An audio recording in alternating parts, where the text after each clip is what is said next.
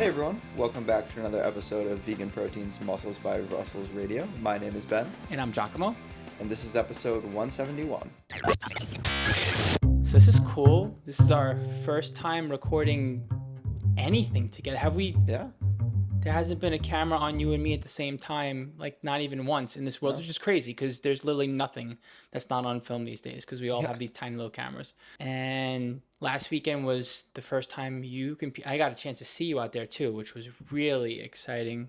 What was your feeling? What was your overall feeling about the experience out there competing? What did you think as far as expectations versus reality? Before stepping on, so like before and after.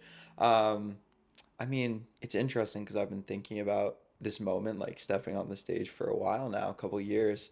So you know kind of what to expect when you've done your research, and you can kind of see videos, but it's always different doing it yourself. So you always kind of wonder, like, what is that going to be like when I actually do that for myself for the first time? So I would say that I actually didn't have too many nerves coming into the show, and I found that when I stepped onto the stage, I was more settled than I expected. There was a little bit of like shakiness and nervous energy a little bit, but once I was up there for a couple poses, I kind of felt like I settled into things, and the crowd didn't bother me at all. It was actually kind of nice having people like cheering you on while you're up there. I think most of the time I was just thinking like, smile, smile, smile for the judges, and just trying to focus on hitting my poses the best that I could. So after I got off the stage, my first thought was like, that was a lot more fun than I thought it would be, actually. I think what I enjoy about the bodybuilding process is the process itself, and not necessarily, I wasn't sure how much I would enjoy actually stepping on the stage and the whole show day process of getting the tan and getting a polygraph and getting going backstage and pumping up and getting on the stage. And I didn't exactly know, like, how am I actually going to like this? Am I going to like it or not? And it was really fun, like meeting all the people, meeting the tanners, meeting the promoter, meeting all my fellow competitors backstage. I enjoyed getting to make more connections, and I actually did quite enjoy being up there on the stage. So when I got off, I was like, that was fun. I would do that again. It's crazy to me that it's May and you're going to be competing with Plant Built in October, because that's a tall order for 1 year. That's a lot, but you have a whole plan about this, and I mean, hopefully your body will cooperate and all that, and already set in stone, huh? Yeah, I mean, it's interesting because I had initially, like you said, just kind of planned to do the fall shows, and then I was finding like, hey, I feel like I'm possibly going to be close to ready by the time the spring rolls around. Just the prep had been going like pretty well. I was dropping weight faster than expected, and all the signs were there that my body was holding up pretty well. So I thought, why not just get some stage experience in the spring, so I kind of get all the first show jitters and nerves out of the way. And you only get this lean every couple years, every so often for most competitors. And I figure, why not, even if I'm not 100% ready, that's okay, because I have the later shows to be 100% ready for. You can't possibly be 100% at every single show. And so I'm like, what shows matter most to me? And Mr. America, competing with Plant Built, and the WNBF World Championships at the end of the year, which is in Boston this year. Like, those are the two shows that really, when I asked myself what matters the most, it was those ones. So I said, why not, hop in some spring shows, get my feet wet in bodybuilding, and then see how it goes. I think it's also a good experience to see, okay, what is it like trying to do a spring season and a fall season?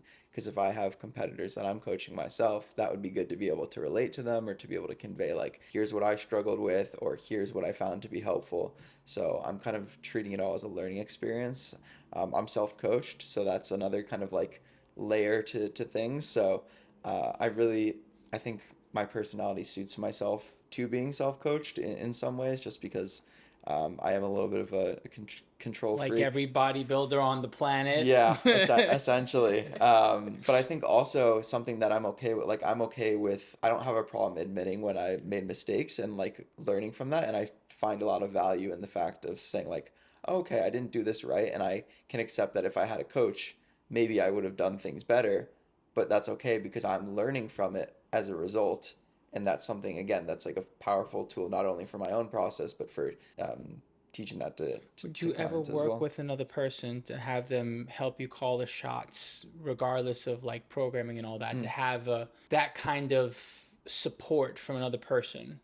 I think in the future I would definitely consider it. I think, like I said, a lot of the reason that I like being self-coached is because I'm okay with making mistakes, and I'm okay, like, bodybuilding to me is not, at least it's not 100% about the outcome. So I do want to bring my best, and I think having an outside perspective would help with that. But at where I'm at in my journey, I think I'm okay also with like making some mistakes and saying like, oh, well, I learned from this and this will make me better in the future. But yeah, I think like objectively it does help to have some that outside perspective. Like, if anyone was coming to me and saying, "Hey, should I like coach myself through your bodybuilding season?" I'd be like, "No, not at all." But I've spent a large portion of my free time over the past couple of years just like I love listening to podcasts and watching videos, and so I've made sure that I've done enough self-education so that I could coach myself through this process. But I think it would be quite ignorant of me to say that I would be able to do a better job than one of, a really well-known like prep coach or something like that. Yeah, your Yeah. mind, everything is all completely set on your path and competing in this and that, rightfully so. Obviously, you're in it. When you take, I don't want to say a break, but when you take a break from your competition season, you break it up between spring and fall.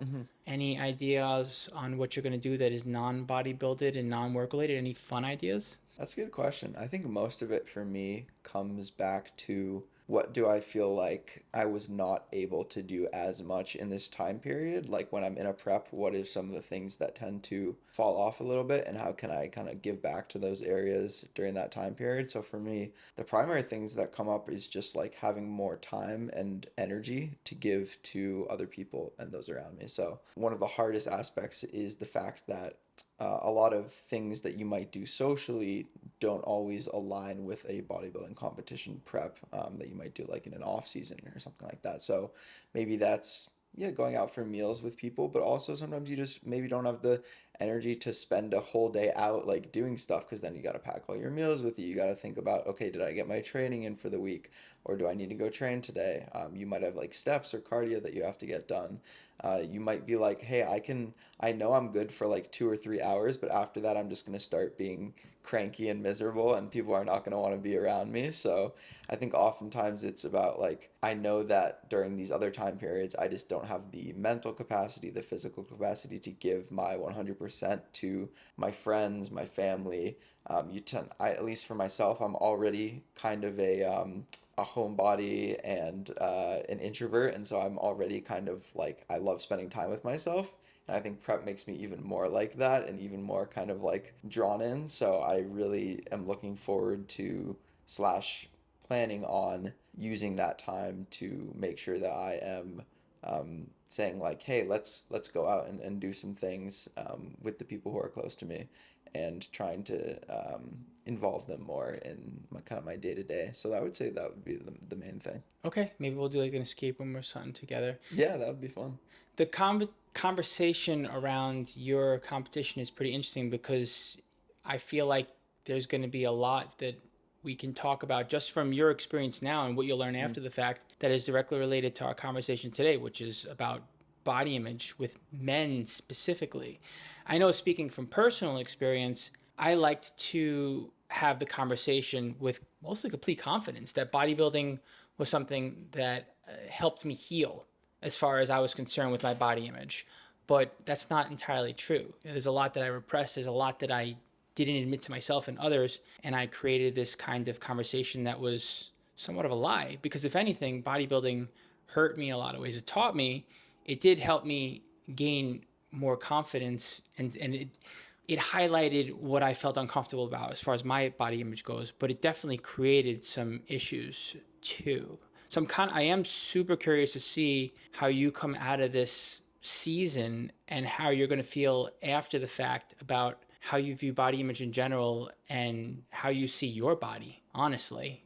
Outside, the prep goggles, I feel like that stuff definitely sits with you after the fact. Even after your body's back to normal, even after your brain is working properly, even after the pressure is off to do all this stuff, because you lacked perspective, because you were in the middle of prepping and competing, you can't just undo all of that stuff. Like, it kind of just plays out after the fact, speaking from personal experience. So I am super curious to see how it's going to play out with you and what your experience has been right now getting to this point. Yeah, it's interesting because I think growing up, I didn't think a ton about my body or how it looked. I think I wasn't super concerned with my weight necessarily. I do remember there were some times, maybe in like elementary and middle school, where I maybe got like teased or poked and prodded by just being like a little bit on the chubbier side. But it was nothing ever anything like crazy. I was maybe a little overweight, but I was not obese, and it was not something that really weighed on me. But I do remember there were some instances where maybe I was teased and felt a little bit bad. But I think once I got to high school, again, it wasn't something that I thought about a ton. Like I was always somewhat active growing up. Like I tried out a lot of sports, soccer, baseball, basketball. I played football for a couple years. Never really loved any of them until I found ultimate frisbee in high school, and that was awesome. I did that for many years, but I never really thought too much about my body other than the fact that I was like, I don't love the way that it looks, but it's like, okay, like it's not something, again, that I really think about that often, unless it was, I do distinctly remember once I got to kind of like the high school age, going to the beach, or I was a lifeguard, and I remember like taking my shirt off as a lifeguard was something that I was not super comfortable with and I did not like. And being on the swim team as well, and during the summers, I remember not enjoying that aspect of it, especially like if I would see other swimmers who were like a lot leaner than me, or like had maybe had built a little bit more muscle. That was something where I am thinking back now and was like, yeah, I think I felt a little bit self-conscious there. But I didn't really start thinking about it more until I got into fitness. And fitness for me was not necessarily, didn't start out as, oh, I want to change my body because I really don't like the way that I look. And it was more about the fact that I was studying exercise science in school, and I picked up a book by, do you know Mike Matthews? He runs Legion, Yeah, yeah, yeah, that the supplement yeah. company. So he had wrote a couple books. Bigger, Leaner, Stronger was one of the books, and my dad had bought it, and I was kind of home for the summer in between my sophomore and junior year of college, and I looked at it and I was like, this actually might be a good thing for me to kind of like read and learn about, because I was planning on being a physical therapist, or at least working in some sort of like sport or exercise related field. And so I was like, oh, okay, so some strength training, like probably be good to learn a little bit about that. So I read through that book, and obviously there's a large nutritional component to it too, and weighing all your food, and I was like, oh, this is crazy, like I don't know about a lot of this. But then I kind of thought about it, and I'm like, well, I don't necessarily like love my physical appearance, and it's not something I've never been super confident in. So maybe I'll just try this out and like see how it goes. The whole meal plan thing, the diet, the nutrition, the training. And I'm somebody that when I decide I'm gonna do something, I'm like all in, like straight from the go, like snap my fingers. I'm completely changing everything and I'm doing it. So I started following a meal plan super strictly. I started training, going to the gym all the time. There were so many things that I was doing that were not healthy, like having a very rigid view of food, fasting for periods throughout the day. And that led to its own host of issues. But I think that process, I dieted for about 3 or 4 months, and then I got like a six pack or an eight pack for the first time. And I was pretty lean. I was probably like close to single digit body fat at that point, but not like almost no muscle. So it wasn't the look that I was after. But I think getting that for a couple years skewed the way that I felt about myself, because then I started to identify as this like lean guy, especially in college when people saw me undergo this transformation, and then they're like, I'm either getting compliments or people are like wowed by it. Going to parties here or there and having people like, oh, take your shirt off, take your shirt off, that sort of thing. So I think that played into the body image conversation for me. And then what really I think started to bring me back to more of a healthy place was, probably 2 years after that, almost coming up on like 2 years of training, finding like out that natural bodybuilding was a thing that How existed. did you find out? I think I just saw a YouTube video, either from like 3DMJ or Revive Stronger, and I watched like it. I think it had a podcast with somebody who I was somewhat interested in. Like it was on my YouTube recommended. So another question: Yeah. were you dabbling in the idea of going enhanced because that was all that there was, and you were interested in the sport, or were you even interested in the sport at all at that Yeah, time? I think so, a little bit. Yeah, Okay. but I was following a lot of more kind of like fitness influencer types, and a lot of those people are kind of crossover into like they're maybe taking something to um, enhance their physique, and so they might collaborate a lot with people who are like enhanced bodybuilders, and so that was the only world that I was familiar with. So like you said, then I found, but I was actually into like the whole like science-based, evidence-based thing at the same time. So it was this weird kind of like dichotomy where I was learning about some things that were like more evidence-based, learning from like a Jeff Nippard, or the Mike Matthews is how I started, which, and I'd say he's in that realm. And then I kind of got away from that and started following more of these like influencer types, and kind of stopped learning as much about training, and was kind of more just interested in like lifestyle, and like I was really into nutrition and learning about nutrition, but I didn't really focus too much on training until I kind of realized that like, okay, this natural bodybuilding thing exists and it's Mm. something that I can do. I think it actually might have been an interview with like Doug Miller. That was like how I got introduced to it, Hmm. which is Mm-hmm. interesting. Mm-hmm. And then once I found out that natural bodybuilding was a thing, I was like, oh, this is really cool. Like I really like the idea of bodybuilding and maybe competing in it someday, but I didn't realize there was an option to do this naturally. And then I started realizing how important training was.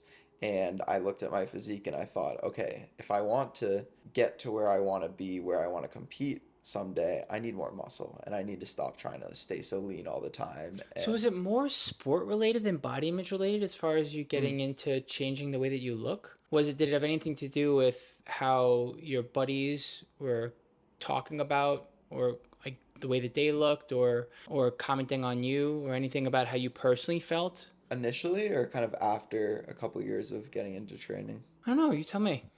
I think initially it was kind of just a curiosity of like, can I do this? Can I actually like get lean? Is this something Mm, that I have? Because I always kind of was like, oh, this is my body and this is just who I am and how I mm, look, and it is what it is. But then I'm like, I think what changing my body that first time, like doing that kind of diet and getting, a six pack, I was like, oh, if I put in X input, I get this output. yep. And that really appealed to me as somebody who is more kind of like scientifically minded. So once I saw that, then I think at that point it started to become more about the body. Like I was thinking about body image a lot more from like an aesthetic perspective, and I think I just grew accustomed to looking that way, kind of like how I had grown accustomed to looking the other way, and I was scared to lose it. Like, oh, I've put all this work in order to get this point. I don't want to lose it, because I knew that I would be able to get it back again, but at the same time, for some reason, I felt like attached to the way that I was looking there. And so, what really broke me out of that was thinking about what my long-term goals were. And I said to myself, like, if you want to compete in bodybuilding, that's when I think it changed to like, this started to become a lot healthier shift in my mind, was like, if you want to be competitive in bodybuilding, you need to build some muscle and you need to stop trying to stay lean all the time. And it was that moment where I said, okay, I'm going to commit to being in a surplus and doing a bulk, even if it's a little scary. And I'm really going to start focusing on my training and like progressive overload, getting back to that. Because there was a period of time where my lifts were kind of just stalling out, and I should have taken that as a sign that I was trying to stay too lean. But Mm-hmm. I instead I said, no, I'm just gonna throw out the logbook and just train for fun and train for enjoyment, which, whatever. It was what it was at the time. But then I think I matured a little bit and realized that maybe I was hiding from some of these things that I didn't want to admit to myself. And that was kind of the start of me changing the way that I felt about my body and I really do think that going through process of like intentional, controlled weight gain and focusing on like the training performance in the gym and how you're feeling and how you're performing, going through those periods over and over, like the bulking and the cutting or the building and the fat loss, however you want to, whatever terms you want to use. I think that that has made me appreciate that I can look at my body and not feel any sort of way about it, whether I'm peak off season, peak bulk, or like shredded. Like I can appreciate aspects of both of those. And I actually, like, having gotten the leanest that I've ever been, it's funny, but I actually like the way my body looks more when I'm kind of bulked up than I do right now. Like, Mm-hmm. I think a lot of people compete because they're like, oh, the shreds, like, that's really what I care about. No, like, I actually like the way I look more, and I feel better, and I perform better, and my, like, life is more balanced. Like, competitive bodybuilding is no joke, and people, I think, especially if you're hopping into it for the wrong reasons, it's you're setting yourself up for a really like not a good place post show. So getting back to your question about when the season is over, I don't really anticipate it being too difficult for me to go back to the way I was in my off season. I think I just want to get back to enjoying my training more and seeing the progressions.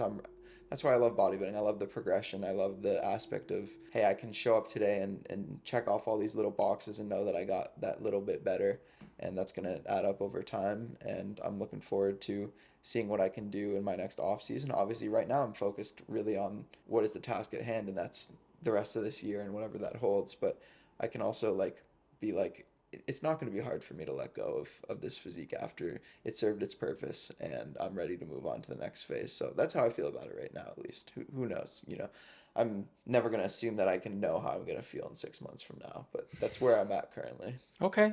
All right. Fair enough. I do think that bodybuilding can give you a much more of a realistic outlook on what is actually possible and what your body composition is. I feel like when it comes to societal pressures for men to be big or to weigh a certain amount or to like when they compare themselves to others, all that stuff just puts men and young boys in a position where they do things to their body that they shouldn't because of that insecurity of what they feel like they need to look like or what they think they could look like. And that's all. It's a shame, unfortunately, because you don't have to put your body through the ringer like that, but you see these athletes who are larger than life where you try to emulate a specific look, and now before you know it, you're what, 5'8", trying to be 195 large or whatever as an example. And in reality, you have like what, you weigh 20 pounds more than you should, and you're disillusioning yourself, and now you're unhealthy essentially. And on top of it all, you don't know how to get out of it. You don't know what you actually should look like. As a coach, you can see that, right? When you take someone and you can see what they thought they should look like and what they worked for or what they were afraid to look like when they show up, and you're like, okay, you weigh X amount, your body looks like this is what you want to look like. And then you have to judge and be like, okay, well, this is where you've missed the mark. And as a bodybuilder, I think it gives you a really realistic viewpoint of what you actually should look and can look like. And without it, it can be a little tough. It can be a little challenging and it hurts too to see what people do to their bodies. And this is, from the control standpoint. Yeah. Obviously, there are plenty of people out there who have body image insecurities and issues that don't have the control they're not empowered to make the change they want. But I'm talking about the people who like know what they want to look like, and they make all these kinds of moves, and they're afraid to make the right moves, and they're completely dysmorphic about what their body's actually capable of. That's what I think is like. There's an interesting connection right there between bodybuilding and you see it in every, you could use it with like this an air of confidence, like I am 4% body fat, or I can put on another 20 pounds of muscle from here, or I look this way, and it's like, no, not necessarily. It's funny because I feel like I hear a lot of women talking about, I want to get back to this certain weight that I was in college or in high school, or they just have like a number in their head that was all like just became a number for one reason or another. And I feel like guys have that, but almost the opposite way. Like, oh, I just need to get to 200 pounds. Like, once I get to 200 pounds, like, that's going to be when my physique looks like the best it's going to be. Or, like, that's when I'm going to be super muscular. And then, you diet some of the weight off and you realize, okay, maybe I was not putting on as much muscle as I thought I was. Or you get to that 200 and you're like, oh, this doesn't look the way that I thought it was going to look. And I think it's maybe because you get a lot of people or you get a lot of guys who come into the fitness space and they maybe were that like skinnier guy growing up who got bullied, kind of, the opposite of someone who's maybe overweight. They got bullied for being like a rail or a twig. And, that's not healthy either. Like neither of them are good things. And so maybe that is the person who ends up way overdoing it on that end of the spectrum, because they're like, I gotta eat everything just to get there as fast as possible. And I think that is something that is universal, is like, in terms of what I see, people feeling trapped in the bodies that they're in and wanting to get out of that as soon as possible, and that leading to either rapid weight loss or weight gain that just kind of exacerbates those body issues. So I'm not sure if that's something that you've noticed as well, but I think oftentimes you have to emphasize like, hey, we're going to make these changes, but it's not going to happen overnight. And like, neither is healing the way that you feel about yourself and your body. Like that stuff takes time. Like it's taken me like a couple years to get to the point now where I can appreciate how my body looks at all these different stages, and not really necessarily like attach or identify with it, which is especially important for like somebody who's a competitive bodybuilder, is to not identify or attach yourself too much to your physique and how you look. And oh, I don't feel good about myself when I'm in my off season. I only feel good about myself when I'm in my prep, and that leads people to compete too often, and that has its own set of issues because maybe you don't look. Maybe year after year after year, you're competing, and you just kind of end up either looking the same or maybe even looking worse, over time because you don't give your body that chance to recover. But um, I did want to ask you, what was your experience like growing up? Was like body image, was that something that you thought about, and did that play into like getting into sports and athletics and bodybuilding and all that? I don't think I've really talked to you too much about that in your personal journey, so I'd be curious to hear where you're coming from with all of this. So much different than your experience. I went to an all boys Roman Catholic high school, and back then, when third spaces were a lot easier to come by and you would go out to nightclubs, everyone cared about what they looked like. And it was all about looking a certain way and going out there and having muscle so that you could feel confident when you showed up at the club looking the way that you looked. We were very, very, very hung up on our looks in high school, and I fell right into that. And I don't know if I would have fallen into that, we'll say, trap if I wasn't bullied before high school, because I feel like that played into my body issues. I had family stuff too. My family is also incredibly hung up on their looks. That's just a part of who they are at their absolute core. My dad's family is all like that, like a lot.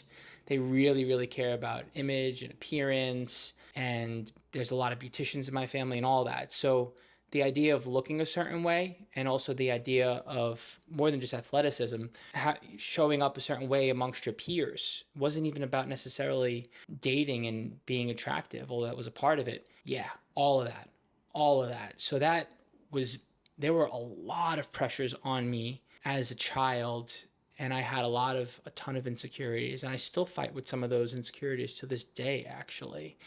And I definitely think all of those things messed with my judgment and perception about what I need to do. I mean, I've been as heavy as 230 pounds. I've been mentally unwell and sick at like 100 and, sub 140 essentially. So I've gone through all kinds of body stuff like crazy, even when I was at my healthiest. And I blame a lot of that on my environment, both at home and in the world. And then I think some of it just, well, but it's not all doom and gloom. It's not all feeling ashamed about stuff. It's also the reason why I got into sports and I felt really comfortable with them, because they gave me a place where I had, like you have your control. You can do what you want with your body. It was actually, in fact, a place of healing for me in that way, because that was something that was just mine. No one could take it away from me. And I got into it more and more and enjoyed it more and more. And over time, I did learn, what my body was capable of. And then it was a matter of just getting there. But I'd be lying if I said there weren't regrets along the way and there weren't reasons why those things happened. So my childhood was much, much different than yours. Danny likes to joke that when she met me, I'll stereotype myself as a Guido. She called herself the Guido exorcist, because I'm this Italian American boy hanging out in Brooklyn, going out to clubs, wearing a gold chain, blah, blah, blah. And I had this like crunchy kind of vibe to me when I met her, because I was kind of moving past that time in my life. That was a former me. And she's like, that's not you, and we're going to take you out of that. But anyways, yeah, that was what it was like for me. That is quite a bit different, and I'm wondering what are some of those regrets that you have that you mentioned in terms of how things, I don't know if that's something that you're comfortable talking about or willing to talk about, but and then I know earlier you mentioned that bodybuilding in some ways helped that, but in other ways didn't help that so much. So I would love to know both sides of that spectrum as well. Okay, let's think about this. Regrets are that I went down this path where I did more to my body than I should have, gained more weight than I should have, lost more weight than I should have, stressed myself out sick over the way that I needed to look, and missed the mark in a lot of ways because it was emotional more so than a purely scientific method where I could get to where I wanted to be. It was all emotion driven, most of it. So there's a lot of regret there. I still love how it feels and what I'm chasing because I'd be untrue to myself if I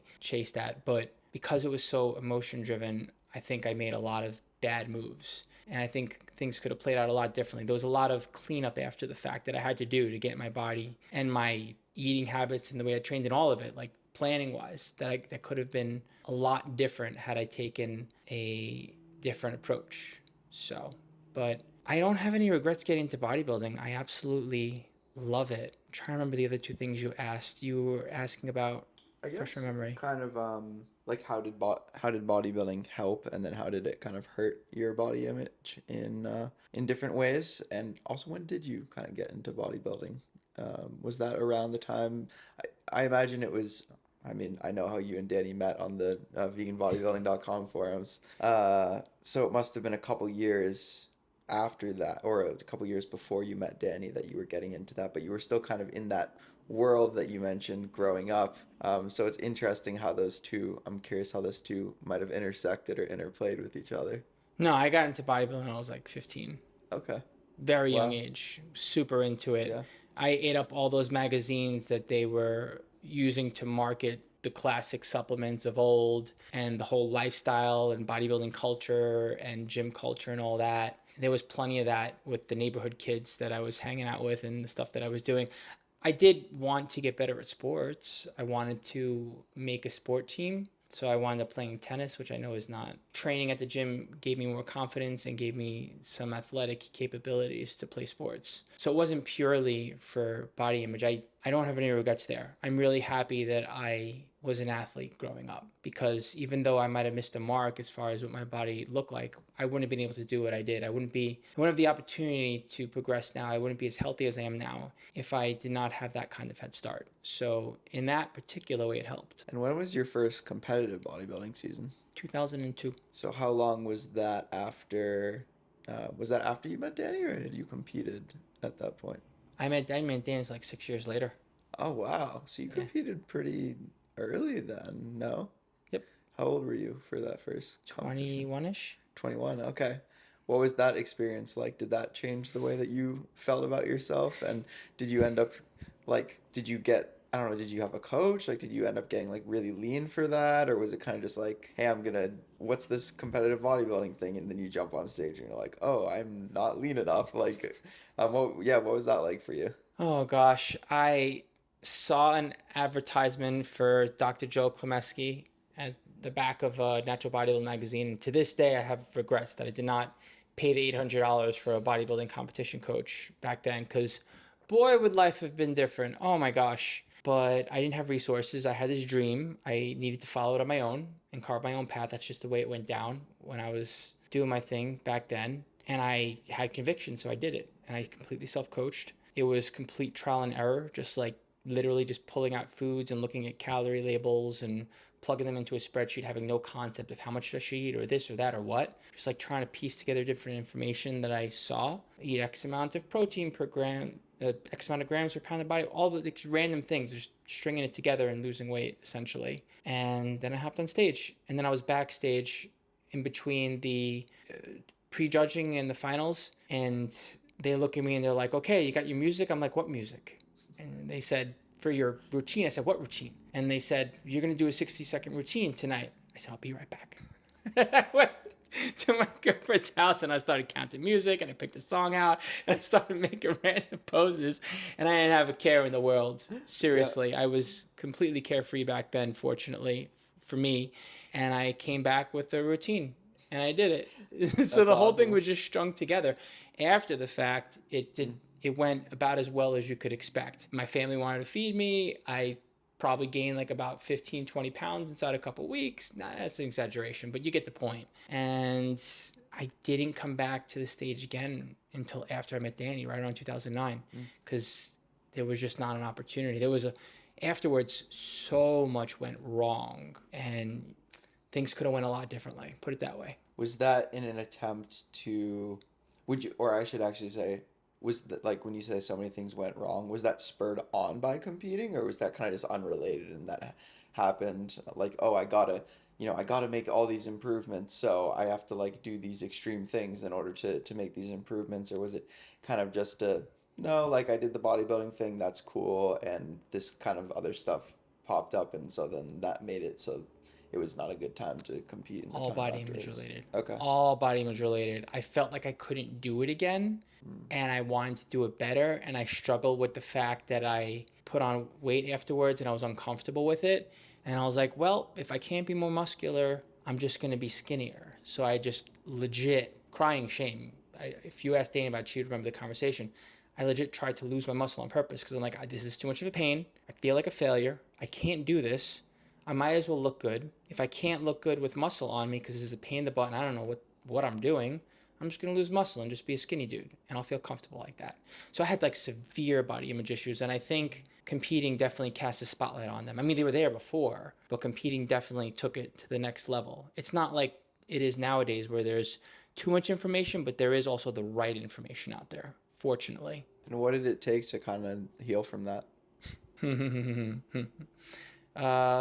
Taking a lot of time to learn to do it. I mean, I competed again. I wouldn't say that I did it well back in 2009. I mean, that's the whole reason why we started all this. Danny and I learned how to do this stuff together really, really well. And through that learning experience, we learned how to take better care of ourselves, whether we competed or not. So a lot of work over a very long time. It's been 15 years doing this stuff, and like 6 to 8 years alone out of those 15 coaching. So we basically took our desire, because she's gone through her own stuff as well, and we took all of our own personal issues and we found solutions by learning how to help others and learning more about what to do so that others didn't have to make the same mistakes we did. And obviously we turned it into a whole thing. Yeah. No, it's a really powerful mission when you've gone through that yourself and you say, like, I wouldn't wish it upon anyone to go through what I've gone through here. And it drives you forward. And I think there's something to be said about the confidence that you gain from feeling competent in something. And sometimes you just can't get to that point until you've gone through it and you've made the mistakes and you've come out the other side, and then you've said like, all right, I wish I had done things differently, but now I know and I'm empowered by the fact that I was able to like navigate those hurdles and navigate those challenges, and look where I'm at now and look how far I've grown. And I think that that gives you that confidence to kind of carry forward and hopefully help others as well. At least I can say that from my own experience. Like now, the fact that my body image, it does feel like it's at a place that's so healthy. Like when I see people who are struggling, I'm like, I want to help that person. I want to kind of like share with them what I've gone through and what I've seen other people go through, and let them know that they're not alone in this and that they will get through it. And I can say that not only in my professional life, in that context, working with clients and helping people, but also just in my personal life and my day-to-day interactions. Like I think there is something that's so strong about when you feel good in your own body, how that comes across in the way that you carry yourself and the way that you interact with the rest of the world and other people. And I can say that I definitely feel like there was maybe some, I want to say a lot of the confidence issues that I felt, I think subconsciously were related to the way that I felt about my own physical appearance. Like, not necessarily, I can remember growing up, I never liked the way that clothes fit on me. I remember that being a big thing. Like, this small doesn't feel great, this medium doesn't feel great, everything kind of just sits in a weird way, and I don't like picking out clothes for myself. So I literally just said like, Mom, can you pick out some shirts for me, or like some pants or whatever. Like I literally don't think I bought my, or really like started choosing my own clothing until I was in late middle school, high school. I would just like be like, can you just go to Old Navy and get me some shirts or whatever, or something like that. And then even when I was in high school, I would just like pick whatever off the rack. Like I didn't really care. It was just like a plain, solid color t-shirt. But like remember, I think I do remember like somebody teasing me for like the jeans I was wearing in middle school or something like that, like saying they were mom jeans or whatever. And I do remember that. And I remember just like not loving the way shirts fit on me. And I think that was one thing that clothes fit me so much better now. And I remember having this feeling of like, for the first time in my life, I actually feel good about like going out in public and like looking a certain way. And that wasn't necessarily related to having a six pack or having big muscles. It was just like my clothes fit a little bit better. And now I actually feel excited to wear these things. And that comes across and when you're interacting with people. So that was, I think, a big one for me.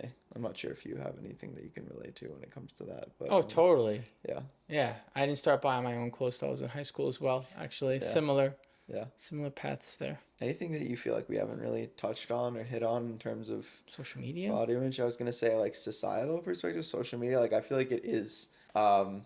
It's kind of the cliche thing to be like, oh, social media, it's like this evil thing that is ruining all of our body image. And I mean, it's hard to deny that it has a really big impact on the way that people feel about themselves, especially if you're consuming a lot of content related to fitness and people are throwing their half or almost fully naked bodies up on the internet for everyone to see all the time, and you're getting bombarded with those images constantly. So if that's all you see, it can be easy to start to think that that is how the world is, and it skews your perception of what is average and what is normal. And in some ways, you got to just touch grass and go out in the world and see that most people just, their bodies are their bodies and they don't necessarily think a lot about it. And yeah, maybe they might have some things that they want to work on from a health perspective, lose some weight to get healthy so that they can play with their kids or that they can be around for a long time and continue to be functional as they get into older age. But I think most people, like, they don't really spend a lot of time thinking about their bodies necessarily in the way that somebody who spends a lot of time on social media consuming this kind of content is probably constantly thinking about that 24/7. And I think that that is something that can be easy to get sucked into. And so I know for myself that putting some, I guess, limits on who I was following and how those people were making me feel about myself was something that was very helpful. And just kind of doing a social media audit for myself and saying, like, okay, these are the people I'm following.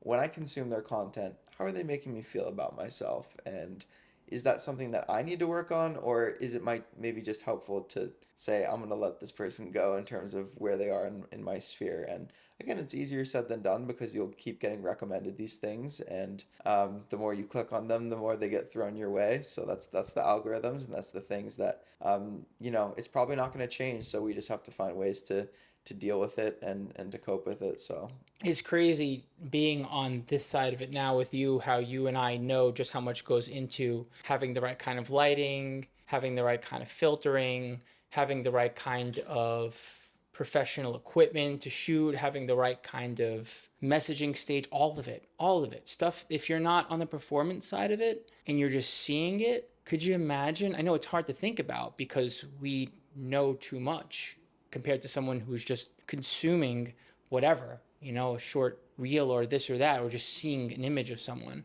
Imagine being on the other side of that and not being familiar with any of it and thinking about what that could do to somebody's psyche without them even realizing, seeing someone polished in that way, portraying themselves a certain way. And then imagine being on our side and trying to explain that. That's hard. teenagers, young kids, people who just don't know any better. It's like that's the time that you're the most suggestible and open to things, and you have the least developed critical thinking skills out of anyone who is on those platforms. So I can see why a lot of people fall into it at an early age. And I think about people who are raising kids and growing up with social media, and it's like, how do you? Yeah, that's a whole other conversation that could be had. Cool. I feel like we touched upon most of. I mean, do you have any parting thoughts? Not really, other than that, if you body image is something that you're struggling with, you're not alone. Like most people at some point in their lives struggle with that, and a lot of people for a lot of their life struggle with that. So you're not alone. Reach out to somebody if you're struggling, and most of the time it helps to talk to somebody about it, whether that be a friend, a family member. Sometimes like maybe it's someone who you're like not as close with, but you just know because they lift or they're not as emotionally invested or involved, and just saying like this is something I'm struggling with can be helpful. I mean, that's part of the reason that maybe like a therapist or a counselor can help. They're not emotionally involved in your life, but they can kind of provide that objective outside perspective. Even though like as coaches we're not qualified to give certain advice or deal with certain things. Like most of the people that come to us have some degree of body image thing that they need to work through. And so oftentimes we're kind of just relating to them or reflecting back some of the things that we're hearing and letting them know that it's a common experience, that they're not alone. And that's really helpful just to hear that. So I'd say that's probably the one thing that I would want to say. Yeah. Well, thanks so much, everyone, for tuning in to another episode of Vegan Proteins Muscles by Brussels Radio. Keep up to date and stay in touch with us at Vegan Proteins, at Muscles by Brussels. Hit the contact button on veganproteins.com, and one of us will respond to you right away. Once again, my name is Giacomo. I'm Ben. And we'll talk to you soon.